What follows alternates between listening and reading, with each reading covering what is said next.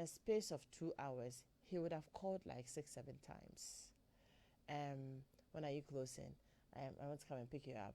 At points in time, he would say that I'm already packed here, so hurry up and let's go, and all that. And then the rest would go like, hey, this is your partner. He loves you. He does this. And I would just smile through it. I tried. I'm like, I mean, this thing is a bit too clingy for me, so you may have to have conversations around it and really know about it. But everybody goes like, oh no, these days you can't trust the men. So if you have a man who really cares about you like this and they want to be in your space, you have to allow it and all that. Okay, you don't want to pry too much. And then, so the meetings that you usually have for 2 to 3 hours, she'll pop in very late, sometimes 30 minutes, just so she will still belong. And then fiance or boyfriend is here to pick her already, and then she goes. Gradually they got married, and then she stopped coming for the meetings. So I reached out, and she says, Adam, I don't know whether you're right or wrong, but a lot has happened within this short space. And it was also difficult for her to open up because there was this fear inside of her. And I said, okay, it's just you and I talking. So we planned to meet. Even the meeting, she was so afraid that she had to make us meet in a church, a church environment. And we sat somewhere. It's a very big space, so there's a restaurant. And we sat there to talk. And then she began to open up on a lot of things about how she doesn't think she has a mind of her own anymore. The biggest part for me was when she had a promotion coming, and the man was able to impress upon her not to take the promotion. Why? Because when you get promoted on your job, you have to spend a bit more time on the job. You won't have to spend time with me and all of those things. So let it go. What you're doing is okay. You don't need all those things and all those people. It's me you need. Do you not appreciate me? Every time she tries to have a mind of her own, he comes in to say, you don't appreciate me, you don't trust me, you don't love me, you don't appreciate all the love, all the things I am doing for you. Gradually cut off parents. All you need is me. I love you.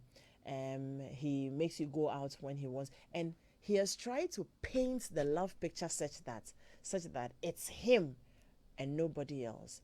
Now she feels like, I am choking because I can't even talk to him about how I truly feel, that I have lost almost everything. She says even food that they have to eat in the house. He comes in a very nice way to say that, oh, this week, I think Monday we should have this. What do you think?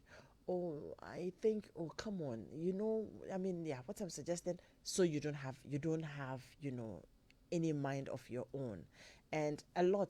So we had this conversation, and and then I also noticed that every once in a while she posts stuff, okay, on her status, on her, and then I screenshot a couple of them, and it was one of the things that got me really interested in having that conversation with her to find out, okay, all these things you've been putting up, what really is this about? Most people will love you for who you are, which is not something that can quickly change. Narcissists will love you for what you do and how you make them feel. This is why a narcissist love can disappear at any moment. The first time you don't do what they want, or the first time you offend their ego, any love they had for you is gone. She'll post this. Another one she posted, a narcissist will sometimes purposely treat you so poorly with such complete disrespect that they give you no choice but to leave. Soon after that, they are seen flaunting their new supply. They purposely set it up the way so they can say it was not their fault. You are the one who left them. Narcissists will ruin every holiday or special occasion. If it's not about them, they will make it about them by creating some kind of drama or chaos. So she goes on. Emotions for a narcissist equates to fuel.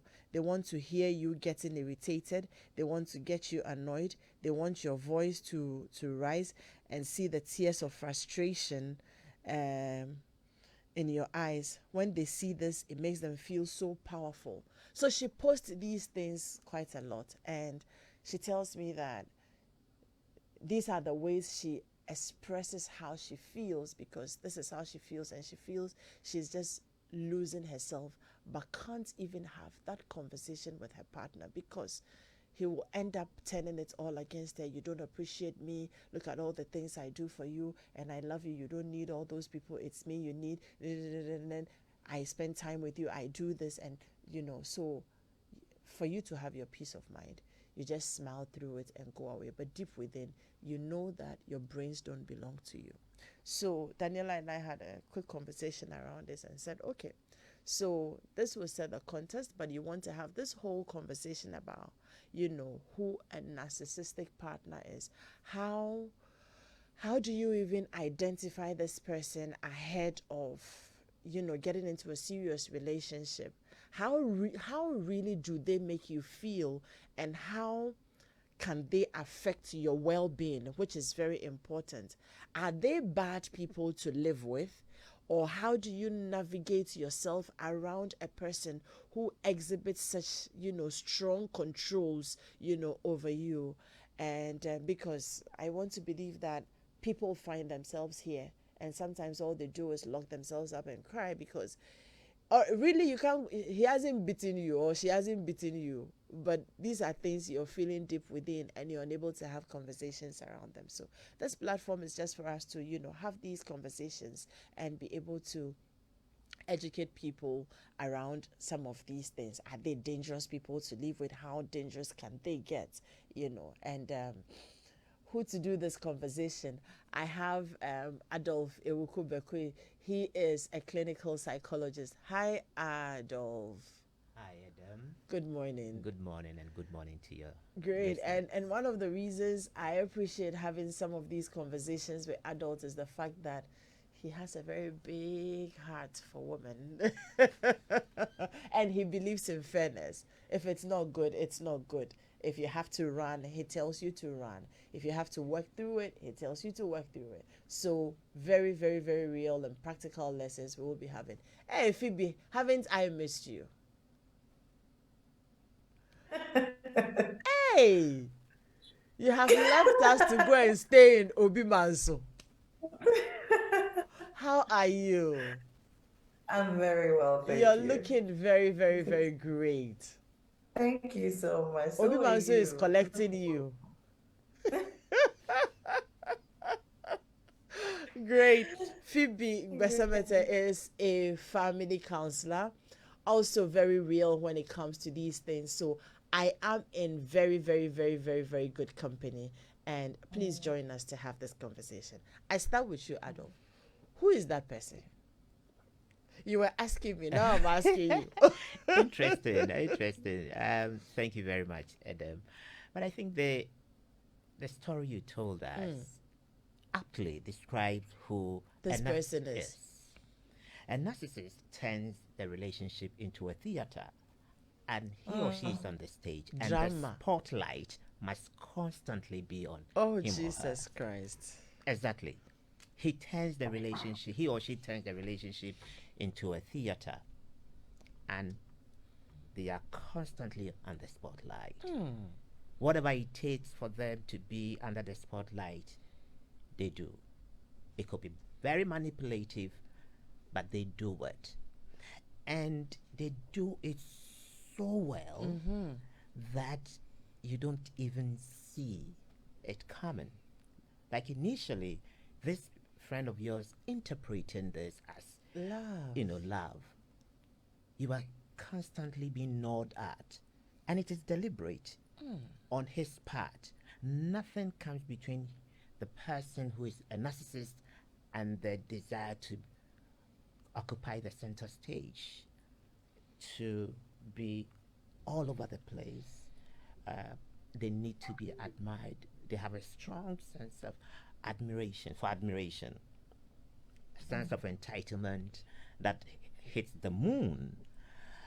So it is very difficult. Simply put, it's very difficult living with a narcissist. And so no matter how well you try to adjust, you keep on adjusting, you keep on adjusting, because the person is living their normal life to them. For them, that is it. That is who they are. That is the personality trait they have. And oftentimes, they do not suffer the stings of what they are dishing out to you. Yeah. It is you, the people that they live with. When you have a personality trait that is so inflexible, creates a problem. Eventually, they are not happy. They themselves Are not happy because there is a deep sense of insecurity that they are covering up. And so just being in your face and making sure nobody gets close into the certain perimeter that they feel comfortable, radius that they feel comfortable, it's all a way of just guarding off people, warding off people, so that they don't get into, they are vulnerable, but they cover that vulnerability. Okay. So if you ask me, how do you live with this person? My answer is straightforward. You can be responsible for how this person behaves. You can't. You can't be responsible for that. It is not your responsibility. That is interesting, because then why am I in this relationship? But that would be frustrating to the bone. Well, frustration isn't always bad. It begins a certain process of self-discovery and healing. Okay. Before we get into it, let me take Phoebe's initial thoughts on who this person is. Thank you, Adam. I mean, much as Doc was saying, someone who has a narcissistic behavioral pattern is someone who has an inflated sense of self-worth. Yeah, and the irony, like Doc was saying, is that usually they're covering up a very fragile self-esteem. They're very vulnerable. They feel very insecure. And it's most likely that they grew up in a family or in an environment where those feelings or that feeling of self aggrandizement was first portrayed. So this is where you find out the parents of somebody who is narcissistic kept making them feel important, but never really created a connection with them, that familial connection with them. So the child was always important as long as they were performing, they were excelling. And so that's where they learned those behaviors of, I use people to make me feel good, because that's where they learned it from the home setting. And so when they get into a relationship, you are there to make me feel good. You're there to comfort me when I'm feeling hurt. And so you realize that with narcissistic partners, when you criticize them, they react in a very volatile manner. They can't stand criticism. They get very hurt, and sometimes they put up certain acts of aggression that can be very scary. And so being with a narcissistic person can be very challenging, extremely challenging, especially when they haven't come to terms with the fact that these are the behaviors they're putting up. Because as like Dr. said, as far as they can see, this is normal. This is how you relate to people.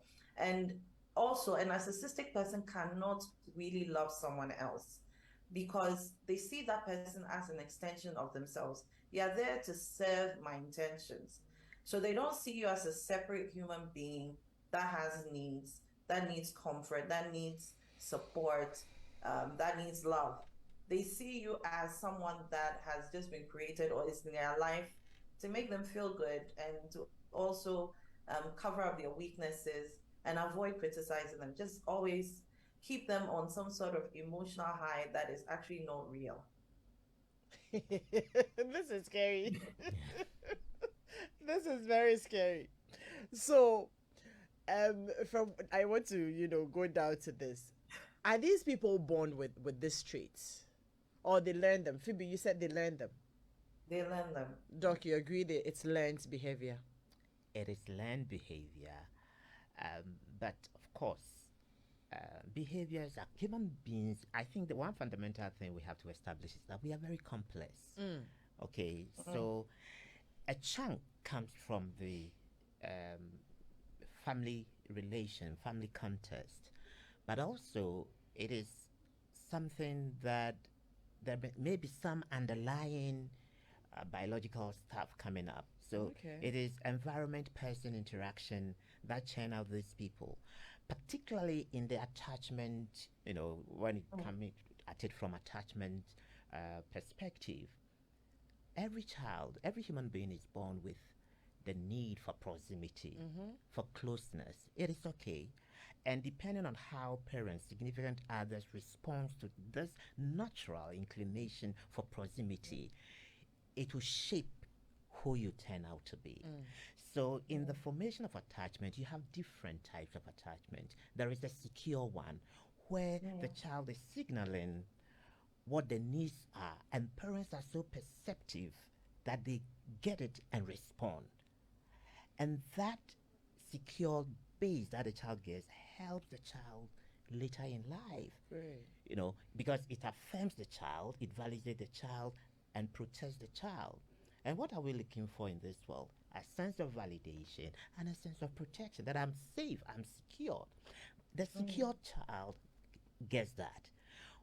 Then you come to the avoidant, the disorganized.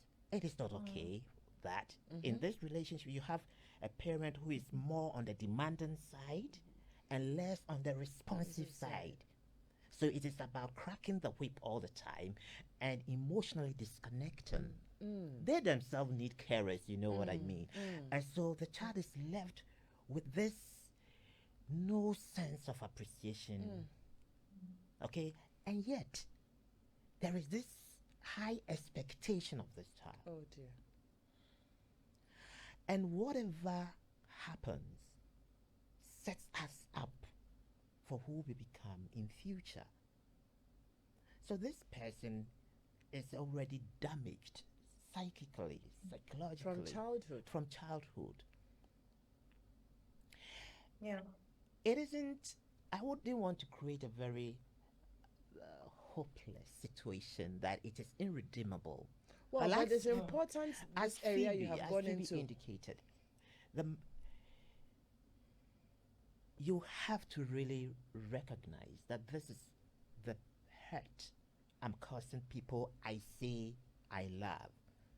It is easier said than done. And I can say I love you, but what is it, really?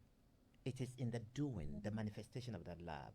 Okay, and they are very smart, they are very intelligent, they are very cunning, because they have used that. Of course, you have to be smart to be cunning. So they are all over you. You can't breathe, literally. I actually love, before we go on, I love the bit about the formative stage and how these things sometimes come about. For the past 4 or 5 weeks, we dedicated the whole month to talking about teenagers, children, their growth, their needs, and all that. And I'm just happy that this is coming up slightly, in as much as that's not the focus, because then these behaviors, they have backgrounds. So your environment, how you're brought up, and know your background, all of it is cumulative, to these behaviors we see. Absolutely. And even currently, it is even an epidemic. Oh dear. In the sense that we live in a world now where we can curate our identities. It is all about the likes, self-absorption, being at the center stage on social media everywhere. It is me. It is the best of me. How many likes I have. It is not about the other person. Okay? So the bigger environment creates such a very fertile ground for people to cultivate. When I excel, I get all the applause. There is no cooperation. No. And that is what feeds the narcissistic tendencies in people. By the way, a little bit of it gets you going, So there Mm-hmm. is a continuum. We don't have to really, consign all of that into the waste bin. Yeah, Okay, if you don't believe in yourself, how do you achieve anything? true. So it is a belief in self that has gone, excuse my language, You bonkers. are Yeah. All right. great. So, I mean, if we're going back a little bit again, that it means that if you're a parent and you're beginning to have children, it's important that you pay attention to these things because the way you bring your child up could just be fueling these adults we will be having tomorrow. So we have a part to play. I mean, I think we may have to make time to talk about this in the context of children, but today we're focusing on the partners. The person is already grown and has become somebody's partner and is tormenting them. Uh, is this more prevalent in men than in women? Phoebe? It is. I mean, up to 75% of men are diagnosed with the narcissistic personality disorder as Jesus. compared to women. So we find out that it's more prevalent in men than in women. Great. And also, you see, women are more relational, Hmm. and it is lack of the ability to be relational. Mm, Relatedness is mm, compromise. mm. Okay, and so yes, if the prevalence for women is very low, No. So, it is understandable. Understandable. Okay, Yeah. yes, it is understandable in that respect. Great. So we will move on. We've been able to uncover who this person is. But some way, somehow, right? Yeah. Because of how smooth they are, you know, how, for yeah. instance, they will present love to you, how smart and how cunning they are, like you have described. A lot of, I mean, right from the beginning, you see this person as, oh, wow, this is a great guy that you end up falling in love with because you're imagining, I mean, somebody who would call you very often, you know, be in your face. I mean, the beginning of a relationship, you're always expecting some of these things. Now, how or at what point do you begin to know that this is not normal? You know, how clingy they are, how possessive they become, how obsessed they become with you. And especially so when it's in the beginning of the relationship, like this friend, I kind of thought that, okay, this was a bit too much. You're not a baby. And you've taken care of yourself, you're on your own and everything. You met this person, a meeting that we've been having for God knows how long. All of a sudden, in 2 hours you'd have gotten 6 7 phone calls checking on you. How's it going? Are you okay? Should I come and pick you? Is everything okay? Don't you want to leave now? I mean, aren't you missing me? Don't you want to be with me? And all that. At what point do you begin to discover that, okay, this is a bit too far for love and care? Phoebe. You know, it's very interesting what you're asking because it depends on a number of factors. And it actually depends on you, the person. Mm-hmm. Because the way you're describing it, you could pick up the signs that something was wrong, but your friend couldn't. She was in And love. the reason why, sorry? She was in love. Aha. But you see, the thing is, how do you define love? Most narcissistic personality persons, you realize that they end up in relationships with a codependent person. So that is a person that actually needs that level of attention, that craves that constant focus, that constant interaction with me. And so if you're that kind of person, the sad thing is you may not pick up on the signs that this is a maladaptive form of Mm. connection or attachment. You won't pick it up on it very early because if you yourself you've been starved of attention, um, you've been yearning for an intimate connection with somebody else, with a partner, you won't pick up the signs. You're like you're saying, you're taking it as, oh, he loves me, he cares for me, I'm the center of his world. But if, like you, you're already very secure in yourself, you have a perfect sense of self confidence. When you start seeing these behaviors, then you start to suspect that no, first and foremost, when we're having conversations, it's mostly about him. He's not really interested in what I have to do. he's always trying to take up my space, always wants to, what's it called, cut my interactions with other people short. It's amazing, but we're supposed to do this. But he found a way to manipulate the situation so that we ended up doing what he wanted. When I suggest things to do with my family, he doesn't really want to do it. It is more with his side of the family or with his friends. He doesn't really, take an interest in the things, in my goals and the things I want to do in my life.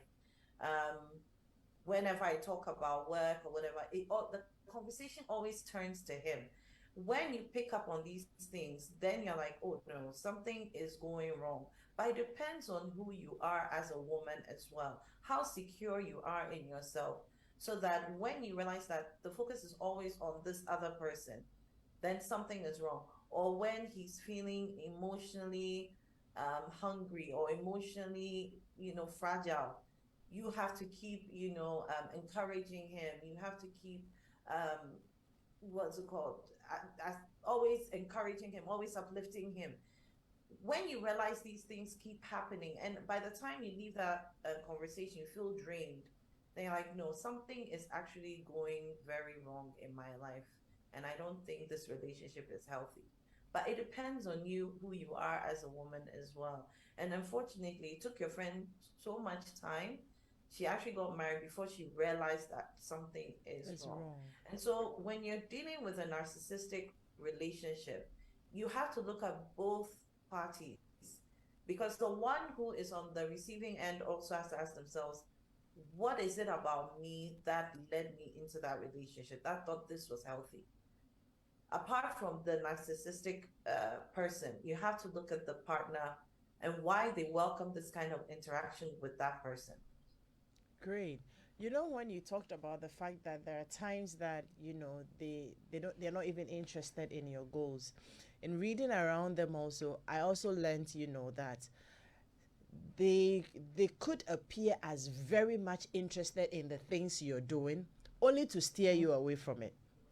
Yeah, yeah, Only to yeah, steer you away from it. You know, yeah, um, you want to do A, B, C, D. Okay, I think it's great. However, why not consider it this way? Consider it this way. Before you realize they've gotten into your head, and you're still doing what they are imagining for you, and not what you're imagining for yourself.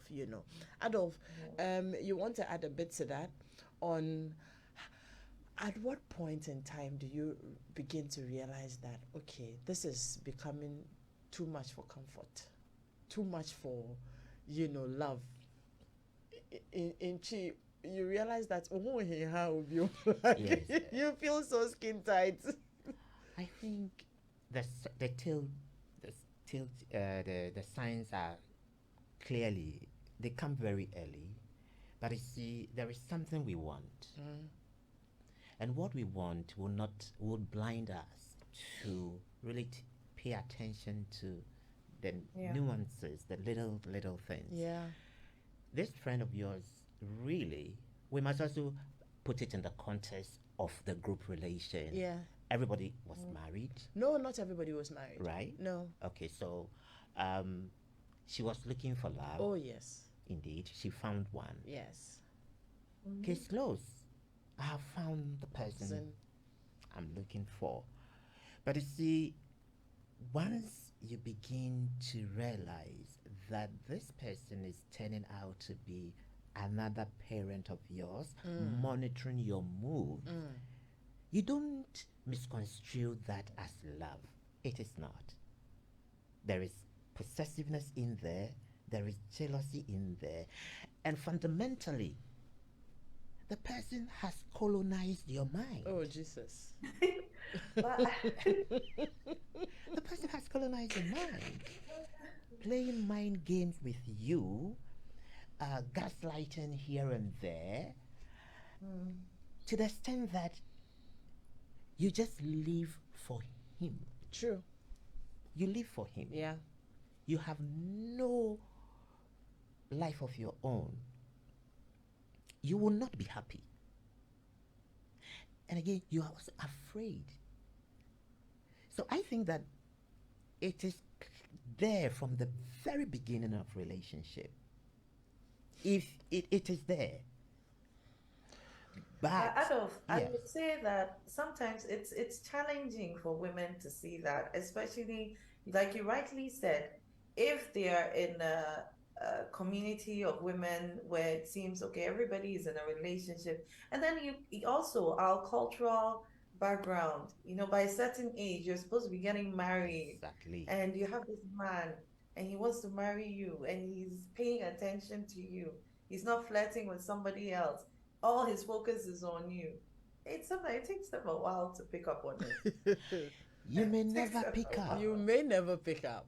You may never pick up. I understand. Okay, Yeah. so you get in there, and for the rest of your life, you are in prison. You feel trapped. You feel trapped. Yeah. Okay, and you can't do more of what you are doing to get out. No. So it's like you are on a treadmill, going nowhere, yet sweating.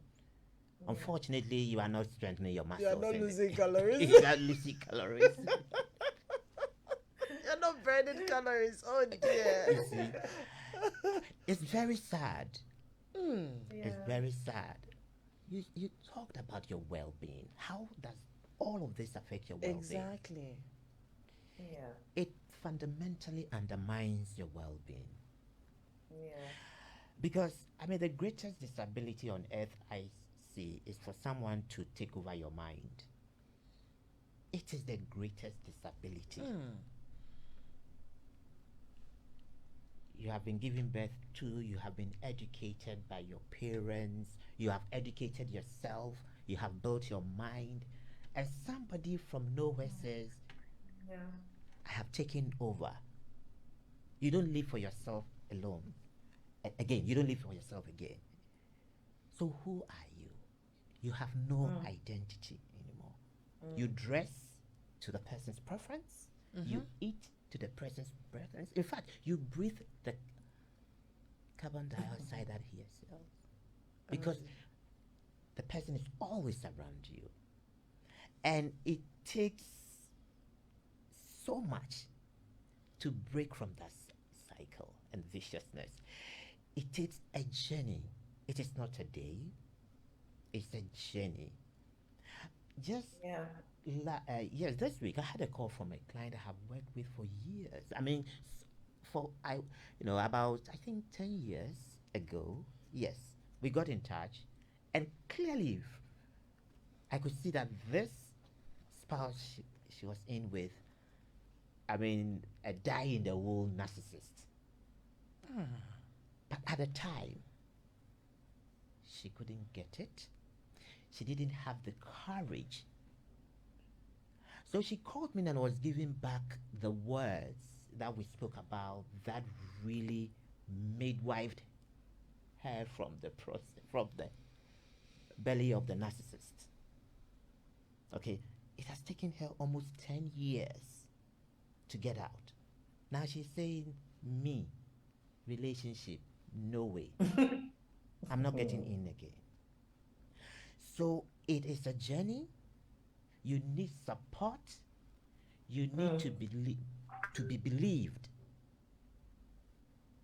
Because especially where the person is not hitting you, but you get so emotionally exhausted. You are completely bent out. Yeah. You don't have a life. You're choking. Just going through daily motions because you have to get up, you have to go to work, you have to do this, you have to do that. You have lost yourself completely. In fact, you are dead emotionally. So there are many people who are dead, but we talk to them all the time. And they're even afraid to talk about it. Yes, they are afraid because the hostility that you will be met with if ever it gets out there. Yes, that hostility is to cower you into submission. Yes. So I think also because it's misinterpreted. Because like I keep saying that because of where we're from and because a lot of women do lack that level of attention in their relationships. Out of imagining you're sitting with your friends and you say, he keeps calling me. He's always at my work. He's always buying me lunch. He doesn't let me go for lunch with other people. He's always there first thing in the morning. We have started going to his church. A lot of people say, hey, you're lucky you. He's interested. He's really interested in you. He seems to be taking you seriously. Not a lot of people will pick it up as, no, this man is taking over your life and doesn't want you to have an identity of your own. Yeah, Phoebe. So I think it's also the people around you, the community around you, the support. If they don't also recognize this as a toxic relationship, they are not going to encourage you to get out of it. They are going to say it's a blessing. You are right. But in the particular context that you told us, Yeah. you had a hunch. Yes. You had a hunch. Yes. But you remember, Adam, you said your other friend said, oh, he really cares about you. Oh yes, a lot of people felt that, wow, in this day and age that men don't have time for women, you have a man who is, paying so much attention to you. Oh wow, he's calling again and things like that. I feel like, you are his world, But I knew that it was just a matter of time and you were going to begin to choke. Exactly. Yeah. So good you're having conversations. Yeah. Good she's talking to you. But just imagine if this conversation had been earlier. When you had your hunch. Yeah. Great. Yeah. So 2 more things, right? Mm-hmm. No, not 2 more things, a lot of things. So I had a hunch, I mentioned it, because you also know that the person is just getting into a relationship and they're excited about it. And so you ought to be careful not to be the one ruining their relationship. Otherwise, you're a devil. But then I will drop hints and go like, so let's say that I mentioned it and she felt like, Adam, you're saying something. How do you begin to deal with it? At what stage? Yeah. The relationship or the marriage? Which one? The relationship. So at the time I said that, I felt like I think this person is being a bit too possessive. You're an adult. She was like 34 at the time, and I'm happy you found a relationship. But this, like 2 hours, 6, 7 calls. Should I come and pick you? Are you okay? Aren't you getting bored? Are you not missing me? And it was, regular. So I'm saying that when I mentioned it after a few of the meetings, and she realized that, I was saying something, and she decided to pay attention, a little bit of attention to what I was telling her. Where were we going to begin from? Because her heart was also gone. Her heart was there, and she's also realizing that this thing is becoming manipulative. At that stage, is it something you can work around? No. Hey. No.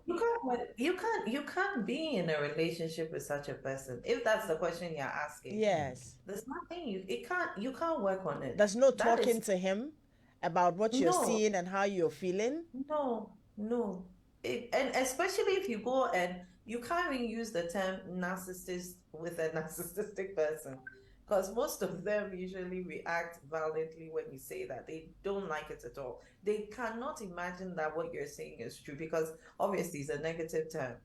So honestly, you can't work with, if he actually doesn't come to terms with what he's doing and work on it, no, the relationship can't work. And you can be his therapist.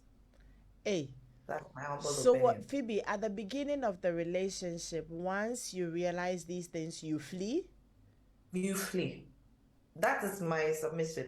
I've seen this at the latter stages. Approved? Approved. Hey, you people. The relationship, no.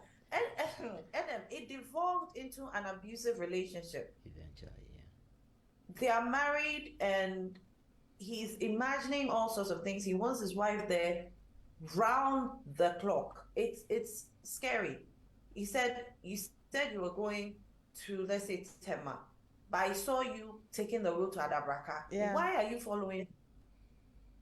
I think you're going to see somebody else who, like, I mean, insane levels of jealousy. And it's scary. It's scary to the point where it devolved into a physical attack. And this is a married couple. You can't help them. They need to get help. You can't help them. I've seen the genesis of it recently. There's a relationship. The girl still can't wrap her mind around the fact that, this is what the issue is. But the gentleman has started abusing her and she didn't want anybody to know. It doesn't work. It just doesn't work. Oh, but that is really very sad for me in the sense that, I mean, Let me lighten your mood a little bit. Yes, please do. Let me lighten your mood a little bit. It's a serious issue that we're talking about. Yeah. You see, when the red flags become clear to you, you have to make a choice. And you can have a conversation knowing very well that whichever way it goes, you're not going to compromise on certain key values that you hold. I think that if you see, you would want to inform yourself first. Yeah. So, for instance, you could have passed on some literature to read. Yeah. You could recommend, you go and talk to a professional, because you wouldn't have the ability to go into all the details. Yes. And what you're doing is to building her capacity, empowering her in the process of decision making. So eventually, even if she decides against all the odds to go into the relationship, she has certain tools to work with. Because the point is, But the case is, the gentleman will not change. So how will she make it work? It is the will not and will never change that I am not happy about. That is my sadness. But I don't finish. I'll come to you, Phoebe, to address my sadness. So, in order not to be blamed tomorrow that I wasn't interested, and I would have been okay if Asimesi hadn't poked his or her nose. Okay, you go through this route, building her strength gradually, and emphasizing the fact that until you tie the knot, even after tying the knot the very same day, you can just say, I'm done, I won't marry again. Life is important, though. It is. It is extremely important. And so there shouldn't be any point of no return in the journey of life, particularly in the context of relationship. There shouldn't be that. Because that turns partners into, they become fatalistic in the orientation that once I am in there, I have to endure every indignity that is thrown at me. You are a child of God. You don't deserve indignities, especially when it is decisions from other people on your life. No, that is not what God wants you to.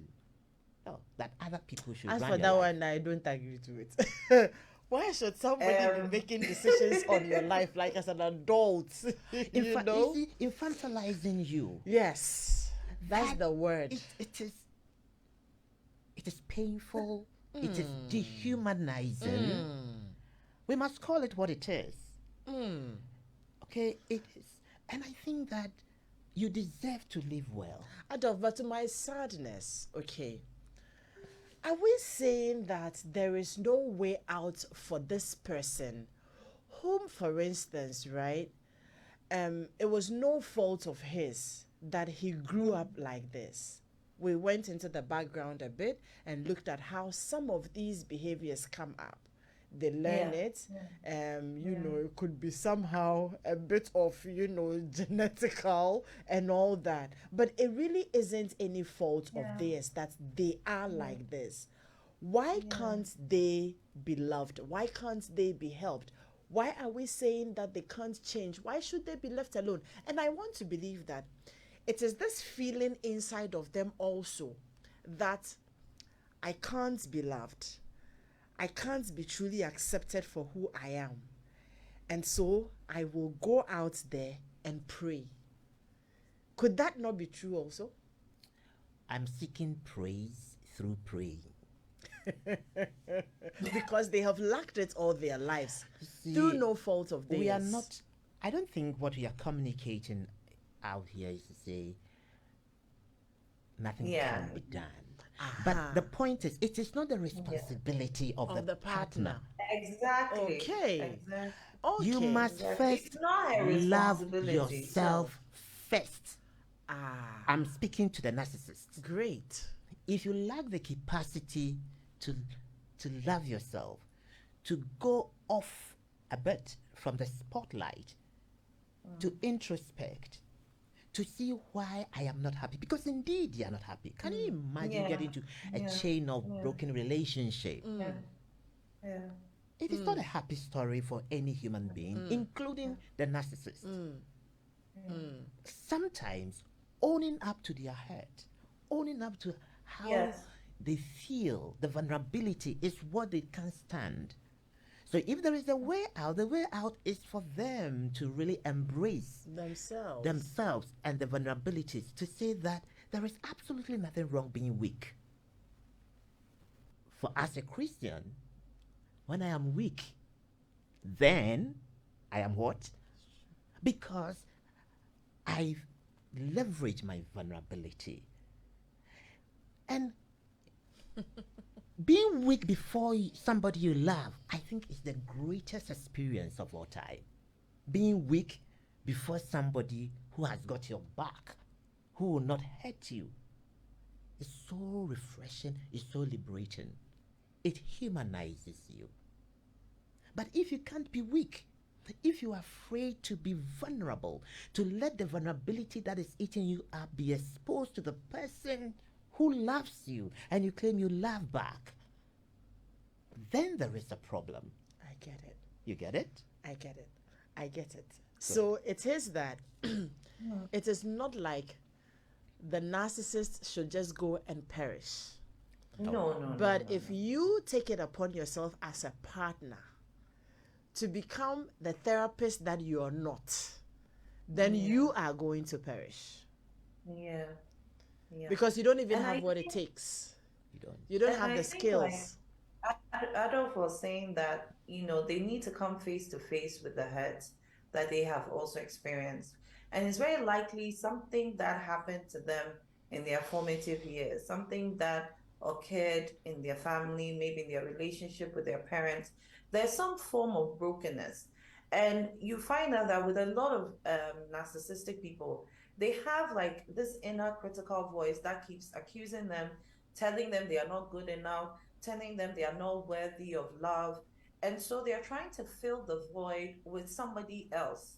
So that person is supposed to respond to that inner voice that is accusing them constantly. And so they need to separate themselves from that voice. They need to separate themselves and understand that, okay, that voice is not me.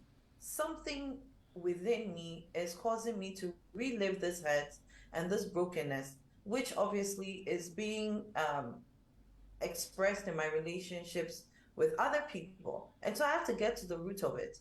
Like Adolf said, they need to introspect. They need to sit with it and say, okay, looking at the span of my life, where did things go wrong? Looking at my childhood, where did things go wrong? At which point did I experience any break in connection?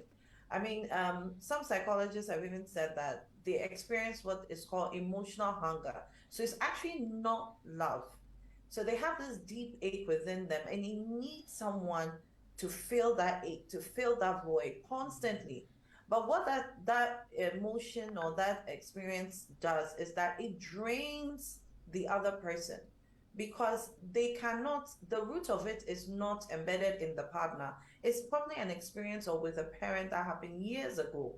And so they need to go back to that situation and start from there. That's why we said the partner can't do it. It's very emotionally draining. It's mentally draining. So they need someone who's qualified to sit with them and talk them through the situation. But, as Christians, we pray. And my prayer is always that they will hear that voice of God telling them that, listen, something is wrong here and you're hurting somebody else. So let's start this journey of healing together. Great. You see, Adam, why would you constantly want to be in the space of your spouse? Constantly. Why? And monitoring the person. Suspicions, prejudices. In there, for all you care to know, inherently, is the fear of rejection. Not again. I am going to do everything to ensure that I will not be rejected again. And so that is a clear case of insecurity. Yeah. Which, when put on the table, can be addressed. And unfortunately, sometimes they can't even communicate that to their spouse, to their partners. Their partners will be more empathetic in helping them. If they knew that this is why you are doing all of this, they will come around. Unfortunately, no. That will bring a sign of weakness, that I'm weak. Okay? They don't have the tools. Yeah. Okay, so if we could put, a narcissist could put on the table. And sometimes it is when they get into therapy that they are helped to even communicate that feeling. Yeah. They don't have words to communicate how they feel sometimes. Yeah. So there is hope. There is hope. We still have a lot more to discuss. But good food brings good memories. That's why taste matters, and Onga is the taste master. As taste masters, we give every meal that superior taste. A wide range of Onga flavors assures you of a superior taste and irresistible aroma. Why don't you get your Onga powders? The Stew 3 mix, which is a combination of ginger, onion, and garlic, our classic and chicken. Oh yes, for the Onga tablet, the shrimp, chicken, beef, and stew. We have a flavor for every meal. This is just what you need for an Ongalicious meal. And by the way, Ongalicious is the new delicious. Onga, mama's helping hand. Ilili? I like the sound of that. And having your baby try out different tastes and flavors isn't just about giving them a change of taste. This helps to develop their palates and prepare them better for accepting variety of adult foods as they grow. So go ahead and try any of the 6 Cerelac variants, that is wheat, maize, rice, biscuity, fruit pieces, and millet. Remember, each bowl of Cerelac contains goodness that helps your child's normal growth and development. Cerelac, it's all good, ma'am. This advert is FDA approved. And the majesty of God goes beyond human understanding. On Sunday, the 28th of August, 2022, come join Perez Music, Emoji, Akese Brimpon, Ife Grace, and all the way from Nigeria, Peter, as we present Glorified, a gospel musical concert by Perez Music under the theme Splendor and Majesty. Venue is the Victory Bible Church Headquarters, Awoshi. Grab a token for 50 Ghana cedis single, 80 double, and 100 cedis VIP at Joy FM, Sunny FM, Stats, Supermarkets, Dansuman, Bachona Total, and Victory Bible Church Bookshop, or simply dial star 365 star 321 hash on all networks to purchase your tickets. Glorified by Perez Music is powered by Joy Entertainment. We are large and in charge. And for your eye care challenges, look no further. Amasha Partners Limited and Eye Care has it all. Your eyes deserve the best care and quality designer eyeglasses. Amasha Partners and Eye Care undertake the following services: supply of designer frames, sight testing, supply of lenses, sunglasses, contact lenses, ophthalmologist in attendance, and general treatment. Locate us at La Opposite Trade Fair, Spinters Road, adjacent ICGC, before the Community 18 Junction. McCarthy Hill, they are opposite Benjay Lodge. North Kaneshi, Swan Lake, opposite Greenhand Junction. Achimota, they are inside the Dainswa Plaza on the 2nd floor. Takrady, Axim, they are on they're opposite the CBG Bank. Ho, opposite Housing Junction. Kumasi, they are at the airport roundabouts. Kolibu, opposite ECG and Kuforidia Central Hospital Road. And in Tema, you will find them in the Meridian Plaza, that is Community 1. Numbers to call 0302 939850, 0302 939850, or 0302 778827, 0302 778827. You can follow them on Facebook, Twitter, and Instagram. Now, I have a message here that says that, Adam, my siblings and I can confidently confirm that our police officer, is that your father, is a narcissist. He never acknowledges our results, but is quick to compare with other children. He is quick to really beat us and fight us as children. At a point in the barracks, he beats us till neighbors threatened to arrest him before he stopped. I was only 6. Wow. You have to play by his rules always. Our ideas are nonsense. At family meetings, he is the only one that speaks, and no one should ever have a different opinion. This has affected me and my siblings greatly. They are never happy about my achievements. I bought a house last December, but I cannot tell them because they would be angry. At 35, I feel so drained, but by the grace of God, I'm getting married next week to a lovely man who understands me. I know I gave my husband to be a tough time to love me. Thank you, Dr. Seto, for loving me the way I am. Thank you. Wow. Now, so far, right, Adolf, I am just praying and hoping to God that next week we can have you and Phoebe again to finish this topic. So we've looked at who this person is and how, some of these narcissistic behaviors, come about. And if I should quickly recap, Adolf says that he sees the relationship as a theater, and he's always the person at the center stage. It's drama for him. It has to be about him. This person has a very strong sense of entitlement. He also has a strong sense for admiration. He has to be admired, and they are also vulnerable. But that's the part that they never like to accept or for anybody to talk about. Phoebe told us that they have this strong or inflated sense of self-worth, and says that they cannot truly love anybody. I think that has been explained, especially so when we all ended up talking about the fact that because of who they are, and of course, if it has to be about them, how are they truly able to love anybody? You understand? Now, and Phoebe also made us look at it from the angle of, you, the person who is getting into a relationship with this person, that one, you may have, this sense of codependence. You are really never confident in yourself, and you just want somebody to validate you and approve of you and make you feel good. So you become like, a very good bait for this person. You lack self-confidence, and you will easily fall for this person because right from get-go, they start making you feel like you are the center of my world and everything, and you think that, look, you've been swept off your feet, and that is it. We want them to say that these people are very possessive, and I was asking, how do you identify them? How do you begin to realize that I may be dealing with a narcissistic, person?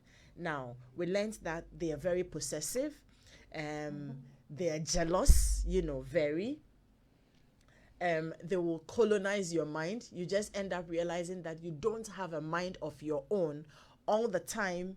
It has to be about them, their thoughts, and you have to live, what they are thinking. They will gaslight you here and there, blame you for everything. And I like this, I wrote it down. Adolf says that the greatest disability is for someone to take over your mind. So at that point in time, you are no longer living. I mean, actually, you can actually go and throw your mind away. Somebody will do all the thinking for you and wisen up for you. So far, these are the points that I have, put together. And I was asking if this person can't be saved in any way. But then we also learned that the person will have to come to that recognition or that point of realization that I have a challenge. they will have to come down from the stage, go to the side a bit, and admit that they have a challenge. But you, the partner, cannot take that job up. If you take it up, something will happen to you because you don't even understand where you are. You are already drained where you are. So how do you begin to help this person? That's where we are. Now, one of the things I learned about people who are narcissistic is the fact that once they realize that their partner is beginning to gain confidence, they have to tighten things up quickly because then they are beginning to lose control. We will get into that hopefully next week. And also, I'm also interested in finding out if you're already married and living with this person, how do you coexist peacefully with this person? Because you're already there. You're not planning to leave. They're not planning to leave you. They are not all bad. There are things that they do that you appreciate. So how do you still own your mind somehow, in as much as you have sold it already, and still be able to live a little bit? And so we will wrap up, now, but then come back next week. Hopefully, I'm praying that Adolph is available, Phoebe is available, and then we continue. But before we go, remember that good food brings good memories, and that is why Taste Masters and Onga is the Taste Master. As Taste Masters, we give every meal that superior taste. Our wide range of Onga flavors assures you of a superior taste and irresistible aroma. Why don't you get your Onga powders, the stew 3 mix, which is a combination of ginger, onion, and garlic, our classic and chicken, and oh yes, for the Onga tablet, the shrimp, chicken, beef, and stew. We have a flavor for every meal. This is what you need for an Ongalicious meal. And by the way, Ongalicious is the new delicious. Onga, Mama's helping hand. Ilili.